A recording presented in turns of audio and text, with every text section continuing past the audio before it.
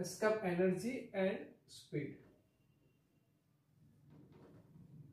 escape energy and speed, जैसे यहाँ पे हमने अर्थ ले लिए,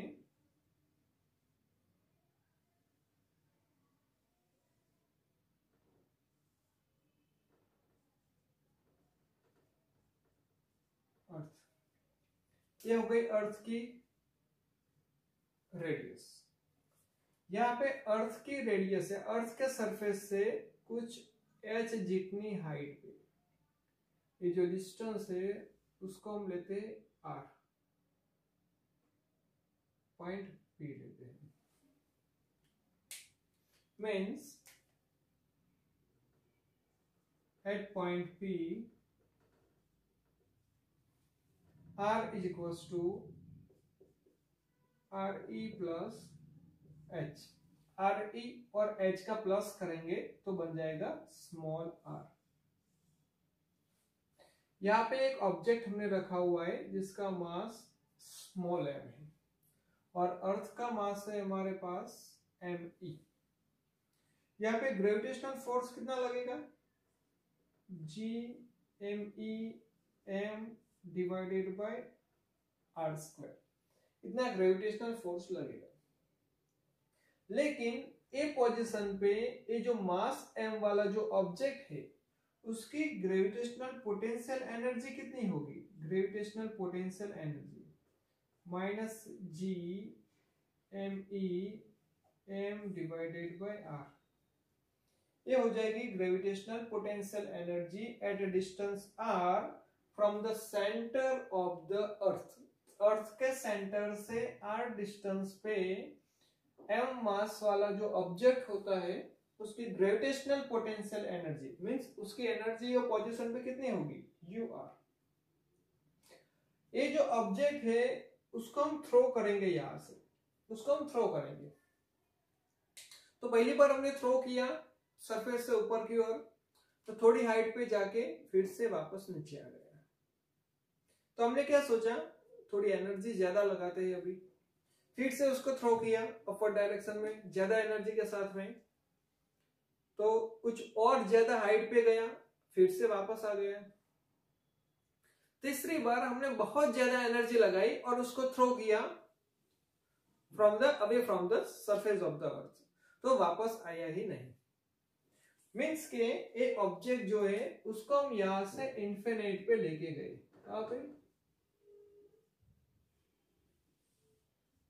वहां से हम इन्फिनिट पे लेके गए। तो इन्फिनिट पे पोटेंशियल एनर्जी कितनी होगी, या फिर टोटल एनर्जी कितनी हो जाएगी, total energy is equals two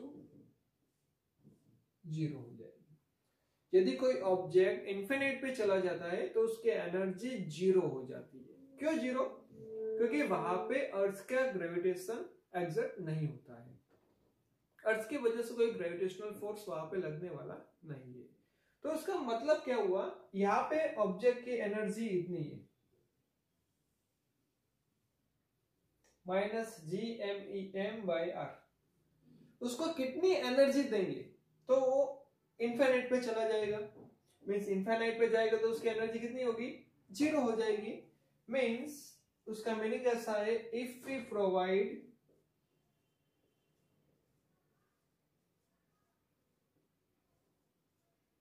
plus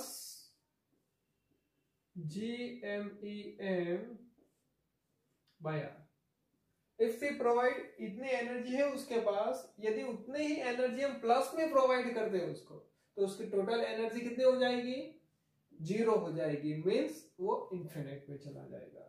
if we provide this much energy to the object, so its total energy become 0।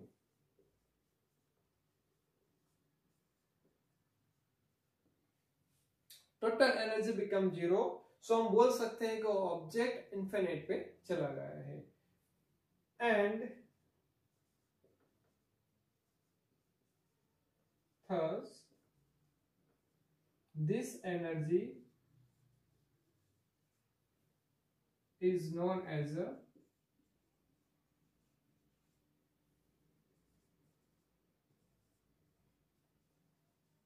escape energy। उसको ही हम बोलेंगे एस्केप एनर्जी। और एस्केप एनर्जी कितनी है?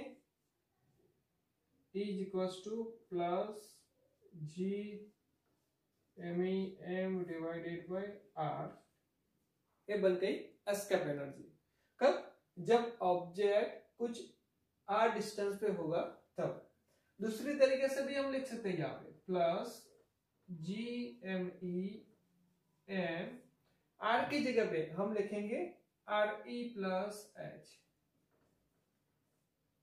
आर ई प्लस एच भी लिख सकते हैं। एस्केप एनर्जी आर की जगह पे हम आर ई प्लस एच भी लिख सकते हैं। सेकंड कंडीशन, जैसे ए ऑब्जेक्ट आर डिस्टेंस की जगह पे, सोच लो कि अर्थ के सरफेस पे ही रखा हुआ है, ऑलरेडी अर्थ के सरफेस पे है, तो उस टाइम पे उसकी एस्केप एनर्जी कितनी हो जाएगी? तो यदि सरफेस पे होगा तो उसकी एस्केप एनर्जी हो जाएगी plus G M E M divided by R, ये बन जाएगी एस्केप एनर्जी। मींस अर्थ के सरफेस पे होगा तो ये वाला फॉर्मूला, कुछ डिस्टेंस पे, कुछ हाइट एच पे होता है या फिर कुछ आर गिवन होगा तो वहां पे हम ये दोनों में से कोई भी फॉर्मूला यूज कर सकते हैं। तो देखो फिर से एक बार condition, gravitational force Gm1 m2 by r square, gravitational potential energy means object को नजदीक लाए हमने तो जो भी वर्क डन हुआ उसको बोलेंगे gravitational potential energy, minus Gm by r। यदि उसको थ्रो करके फिर से उसकी एनर्जी जीरो करनी है तो उसको बोलेंगे हम एस्केप एनर्जी। एस्केप एनर्जी क्या होगी? जितनी ग्रेविटेशनल पोटेंशियल एनर्जी है उतनी ही एस्केप एनर्जी है। अब देखो आगे,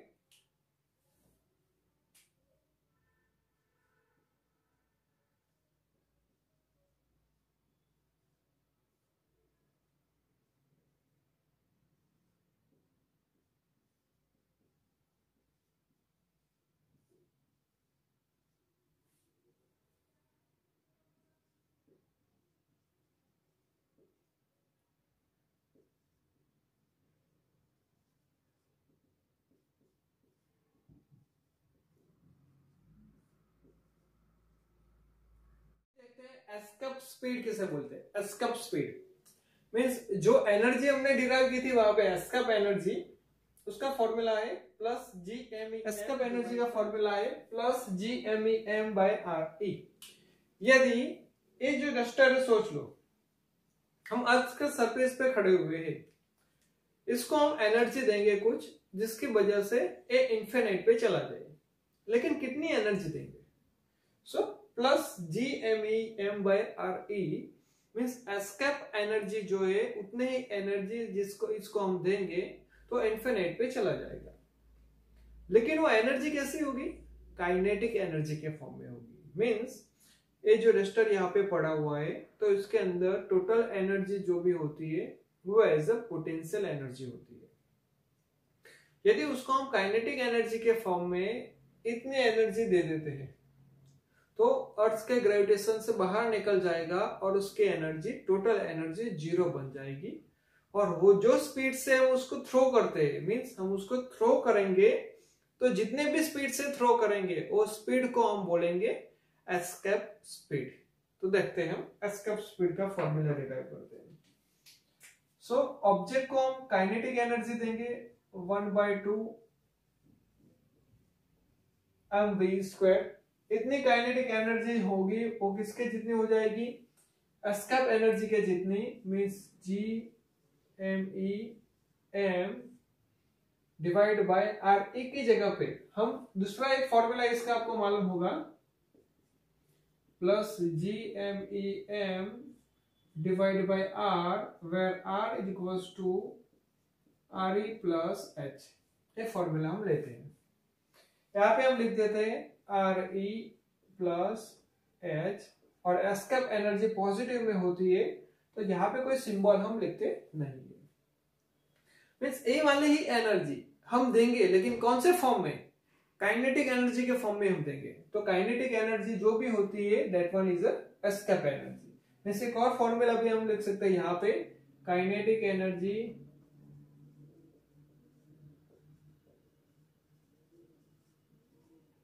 is equals to escape energy. Means escape energy जो है वो काइनेटिक के फॉर्म में देंगे तो दोनों सेम हो जाएगी। अब यहाँ पे देखो मास m कट हो गया दोनों साइड में, ये 2 है वो सामने चला जाएगा। सो फॉर्मूला बचेगा हमारे पास v square is equals to 2g me divided by re plus h। इतना फॉर्मूला बचा। स्क्वायर सामने जाएगा तो स्क्वायर रूट बन जाएगा। So V is equals to square root of 2g me divided by re plus h। ये हो गया फॉर्मूला एस्केप स्पीड का। ये वाला बन गया हमारा एस्केप स्पीड।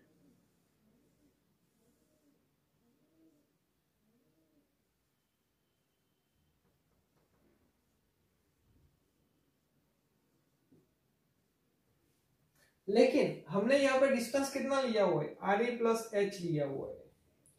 सोच लो कि ऑब्जेक्ट अर्थ के सरफेस पे है। If R E plus H is equal to R E means object is placed on the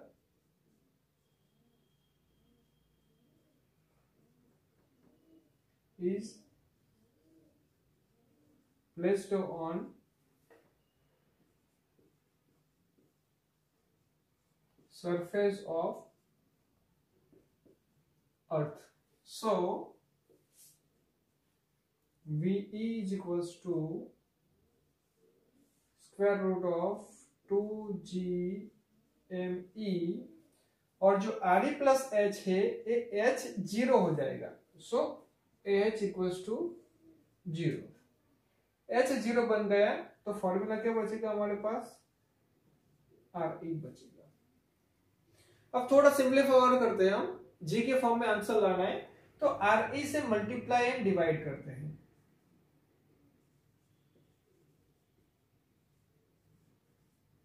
multiply and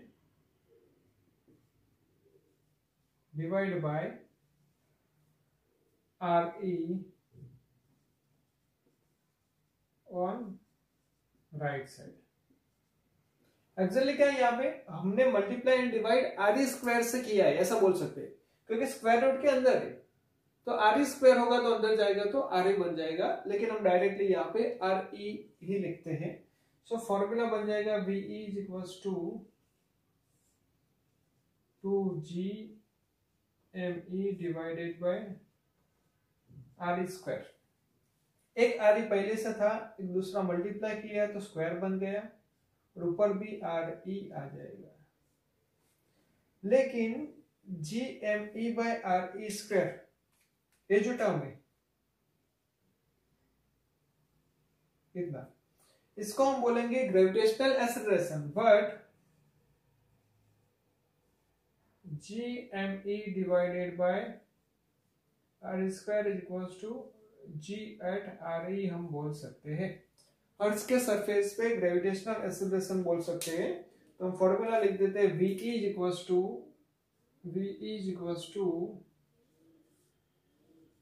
2g into R E, 2g into R E, जिसको बोलेंगे हम एस्केप स्पीड। दो formula हमें याद रखते हैं एस्केप स्पीड का, एक ये वाला square root 2g me excuse me square root 2g me by R E plus H and दूसरा ये वाला फॉर्मूला।